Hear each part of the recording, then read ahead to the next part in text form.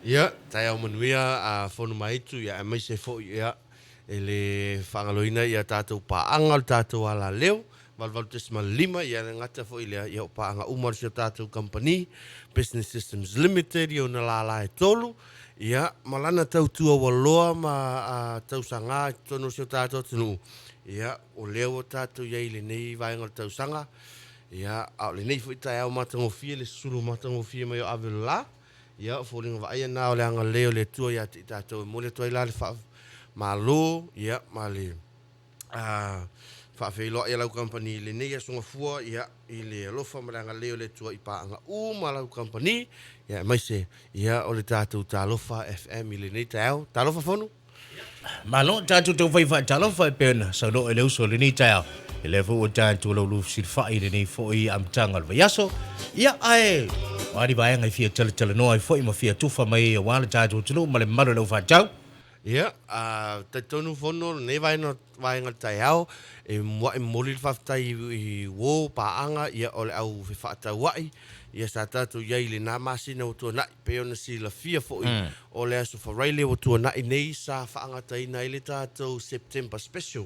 po le fa pitole masani ona fa ta nu ina mo le te wila ia a ole na wa watu na watu i lungo le tatu September special ia awahu i whaatau inga sa amata mai lava i o loa mea o ngā alo ma whanau ia sau ia tātou o loa mo tōtonga ino maota malawa ia o mukuta ia o tōtonu o fisa ia le ngata ilea ia o maota malawa ia o ekalesia whaputuputonga vaenga o mana ia se ipa ia tātou TV sport tātou core product sa whapeona tātou iai ia mo mori le angangat whaftai lau company ia i paanga malawa i so o se la le tātou company ia sa au tau whewhata wai sa tātou whelangolango mai fo ia a wā lava le tani manao ia mat whewhata o inga masani i lunga o aso taitas fono wa ole si upu tau na e tele na tātou whapea tātou ole ua na o ni whewhata o inga ole marketing mai ngā wana a ole au ngā ole male tau o tātou au nangai nei ia ole tau mawhai lava ina ia whaao o mai ni o loa o loo whapea na ai atunu e mamau ia ina ia mawhai e tātou le sio tātou tunu ono tātou whaonga ina fo ia mo tātou familia rice day fo i pe whaatau ina whaonga ia stai tas ia a ole nei tai ao fono ia o la ona o lea e tā pena pea le tātou White Sunday special te tātonu e luatu lunga se taimi o lea so ia ona e mawala i o lea o te lenga i lunga o le tātou Facebook page i le taimi mua ia o lunga o le tātou Instagram ia o inafo i o loo alua na ia nisi o tātou whaasalaunga ia mo le nofu sila fia si o tātou tunu le nei tai ao fono ia ma le tātou whatatanoanga e whaata o le se tāo atu i tua i le ingoa ma le aunga o le tāpol kalame o le whaata ua ina o le malu tai au Moni. ia wai e telen ta mai mata tu tanoa ia fa so ai fo ilungo fe fa tau inga o ni o lo fa sa launga o fa pitoa le tato company ia ai o le toi fa manato lau company o le fa tau ina lo maluta o le o tele na saul fa mai ia ile a sui fo ia lau appetize i asodaitas ia o le suinga fo le na lo tino ia e ono a fia i oi se fa mai ia po se fa fita uli foi ona o le fa ta wino lo maluta ya Moni. Ia pese yo le mena wa o le mele i cha to tele man e tele na wa to nga sanga se po ia ile to tele ia le fa ta wa ina la vole maluta ya ia pele to le li fa to avele cha tu tilo me fa ngofie i me mo lo cha tu si manga wa ia cha tu te appetite tele o si tau mafa fo ia mai ia tunu mama ia tatu mfaila wa toi tilo ile esi o le popo me o mafa pena ia e mafai na tausie i soi fu malo le mai se la vone ia tatu tama tina ma tu la mo tu tausi ia sa le pe ole aunga fo le na ole male au nga mal fiso ta ingale na o tatu por calamite au ta tasi fono ia o pe ona esa no o fu la au fa la ina mo o tatu si o manga tau mo fi e no ma se tau ia ai atu mai lo le isi tu ile tatu fa tau inga ma tatu whaasalau ngai tai au ni, tasi ile lango ino malu tai au. O lo mau ai tātou blender, Wa iei leisi tangata e whaaunga tā, ia pewa vaiani, o le lawa lo tau mawha so le mango, vaiani le, ia, ona tiai lea, whapela ia ave teu ave tutono le paelo mo mapua, ia engalo, e iei leisi vaenga le peon tā pesi toi tai au. E ia tātou blender, ia mai o le lawa tau mawha sao, ia ona mai la ia whai masmofi, ia pe amata toi fo ile ola o ino alom whanau. E le ngatele na, ia wai tu e ton, o le esi, o le whai pula, ma le tu fo le mautou ave le tātou company. It's the color of the rainbow. Pe yo nei vaenga nai awa angu tafu e lamu tulo. Ia whaakama inu ia wa le o te le afa ko vai e mau fo le ave tal mo ele le nga benga ia pol fa no fo le aong. Ia sa o lei a fono o le matango fie le na mana tua le mamalu sita to tu nu fenga soloi pe te lungo le ala tele pe te le fale po la fo i te moe fa pe o lau marolonga fa ta ua lau malu teo. Na o le 5 minute pe o le pe 3 minute tape nei la wiputi ia ai uma le aso o nga solo le lei vaenga lo tino ia le lei ia amata fia o le amata fia fo le na o lo aso fenga luenga a o lo to anga fo le na te fenga luenga fo Moni lava ia wa e usu mai male manava mole ia o te lo le alu mole fo ia le aso ato ko e voi be a to al tai au le matua mana ia ai to ala i tamala ia bai mo ia i tau mafafa ona po nei tulo le ta tele fa to le anga ia e mo ia ai wa masani ja tu te fuala te pe ona i to ina mana i o matua a maua le fa alifu mal koko Samoa ia le to ai to pe le bena fa tu a le ia tau mafoli tai au ia ma e au to le tu le wa fo le au ia ale o le oisi mea ai ut mea tau mawhata ua whono peon tātou iei ua whaafawinga tāwhu e ona whaatau nu ina nei vai tau. O tātou vaenga ni o koko esi, o supo esi, sua whae manatua. O lunga whai o la le tātou whaatau inga, o lo ia tātou slow cooker, multi cooker, ia instead o la vai teimi e tau e wha mawha lama whaatau o le kuka ina i tonu o tu no pe fa mule afi mai ona tatou walu se swinga fo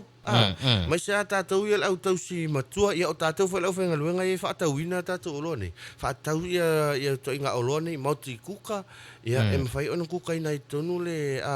supoesi kokoesi le to fa pe a saule olo palangi fo ona fa pitola ia mo kuka ina me ai palangi ia mali ia o se swinga fo fa fa ngo fie a tonu fo yo le o le lopo le au ngatale na po fa fintale na fata o malu tai o no le au ngata o no fale po le lava foi po le ia ala o ye swinga phone o tam fanta to company au mai ia se ta to fata tai ia ma fa ingo fie foi le olanga o tato ye ne vai ta mana ia a tono nei vai ngana o le fa ingo fia o le ia mai se foi ia o le tai au ai nei sitina ta pena la fa ngala ia tatou o loa ia fa no pone ko pele ki ta mitili taia e no ma se alu tu no ta tafu le afi me fa pena bena sa tatou mai sola ia o le tau le na o le malu si tatou nu fa fonga mai ia o le fa tau la a malu ta o tatou por kala masani ia o le nei vai tau ma le nei vai ngol masina o tatou iai ta lia le tātou White Sunday Special o la tau mawhai e tā pena le lei mai se whaalau i loa o alo ma whanau wa le tele o nisi o company ma nisi o tātou i vai tau whapene e tā pena le White Sunday ia e whapitoa lava mo le lau tele ia o le tā pena ngā lau vaenga o lo whapeona tā pena mai le nei aso te iloa se teimi o le nei aso po le aso tai au i le i tula mua valu tai au ona luatula ia o le tātou White Sunday Special. Ia, ai se ia tātou titilo. O le vai tau nei. Fono o lai matua vesiala ia le mafau o alo mawhanau. Ona o le pupu lena, o le umi lena tō mama ia i lato awa onga. Lea lau o tō ea tu lea onga. Ia ai o matua fusi ia le sau o le mea onga ma vaenga na Ia, wa ai e mawhai ona e whaafiafia lo walo e le na o le mea tau mafa, e le na o mea onga whaafowina, ia e mawhai ona e toi avele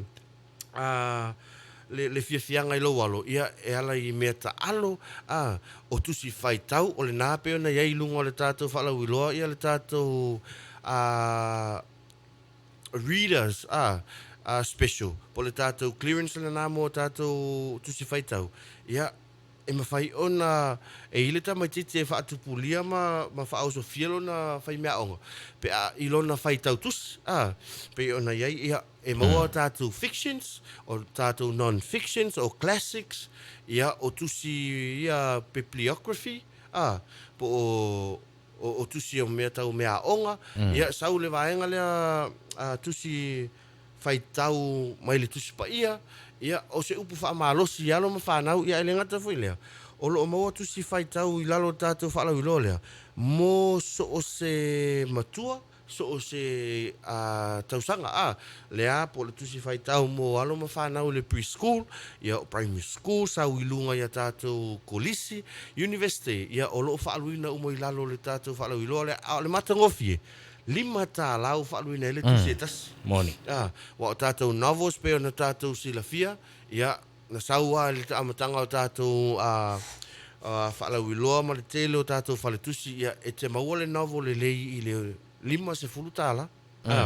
O te maua le novel a tamaiti i le tolus fulu luas fulu tāla, ia o le titilo o tātou company le nei vai ngatausanga. Ia se e mawai ne ai foi o alom whanau tu ua tule a onga alai e ile la ne tusi whaitau o lana novel ia e toe tapu ia ila na whaitau tusi ia wa o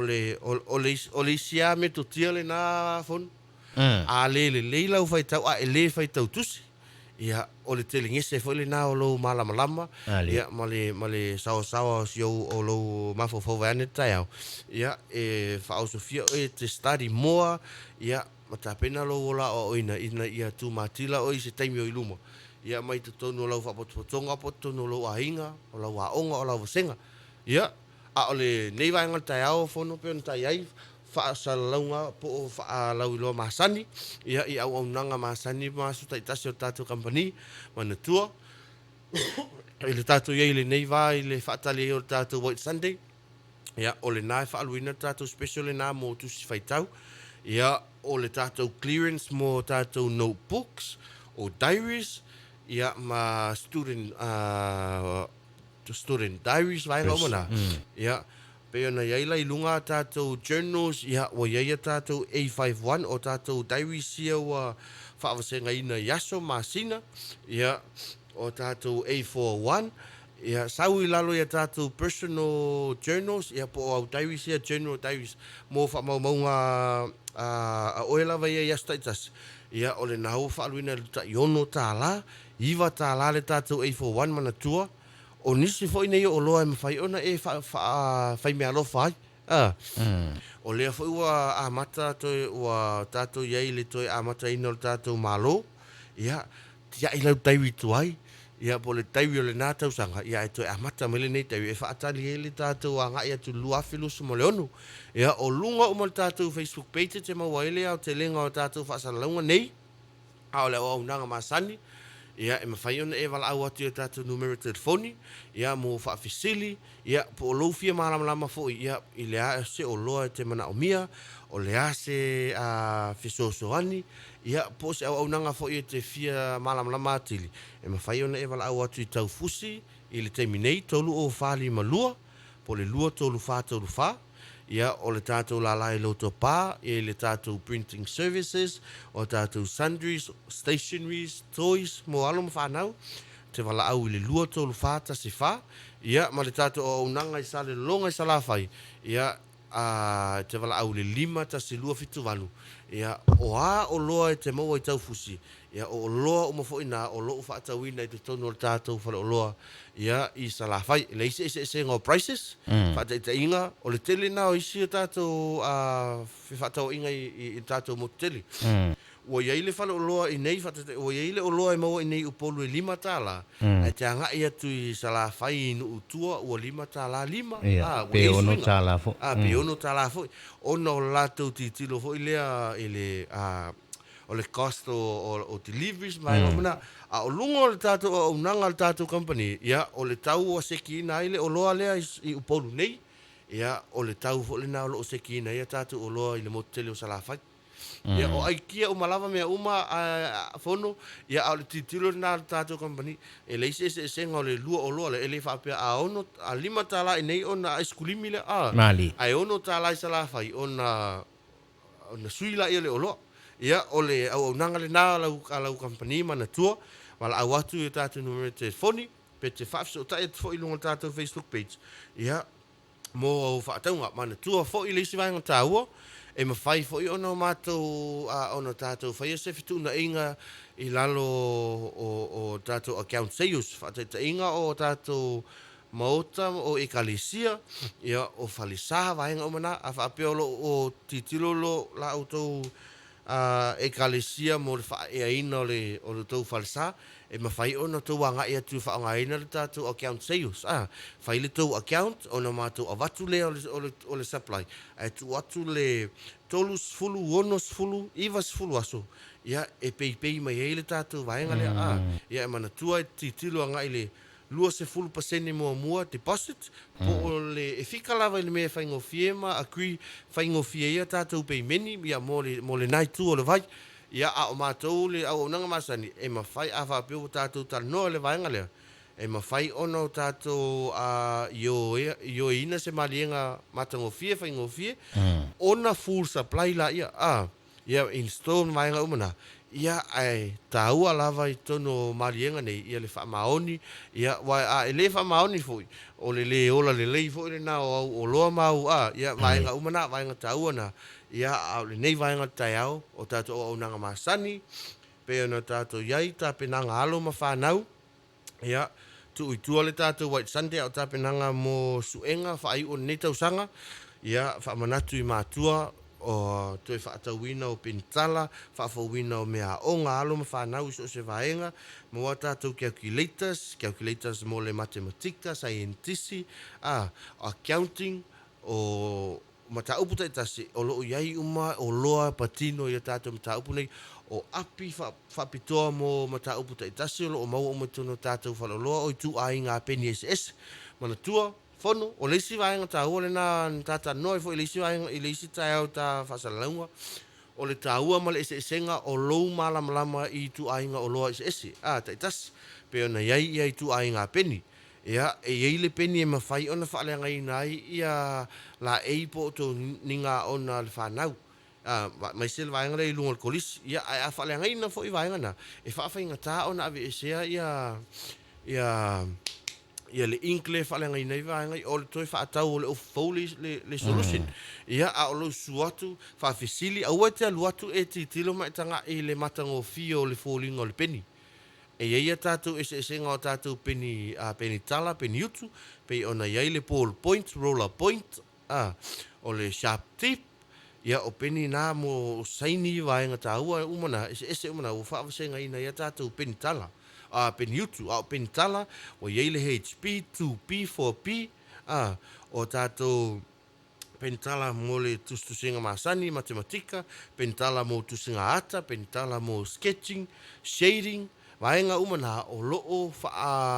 tamwhai e whaailoa atu. Ina ia e malamalama, ma ia e ngai sao atu lava. Ia e le o loa loo mana o mia, o tu ai ngā vase taitasi.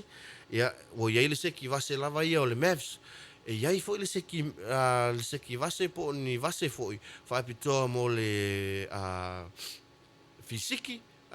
O iai seki vase mo mata upu tai tasi accounting vaenga umana ia a le tāua o lou malamalama ina ia alu tāu lau seleni ia malua o ngā le tupe ia a le watu le mea onga o le oloa e tala whia ngai le pe tutusa le ma le mea o loo mana o mia hai ia a unanga masani umana lau company le tātou printing service ia i lalo i le tātou vaenga le credit copy center ma le IT department ia o le tātou account sales mo le vaenga ia po le tā uso foi tua fine ia Leroy. Leroy. Lea ua loa aso ele i toi sau le tātou por kalame. Ia, te whafsili mo Leroy le vaenga le nā. Ia, a o le isi uma au te lenga o te tono le tātou whalolo. Te mau e lunga o tātou laina telefoni. Ia, ma luma fo i le tātou frontliners. Ia, mo lo mamla maanga tili. Ia, nei tau taimi o tai au, moli le nganga whaftai whai ea o masui. Ma tua pule e maiso loa le tātou company. Mana tua fase fulu valu tau sanga le tau tua mo oe ia ma se tātou o tino i tu tonu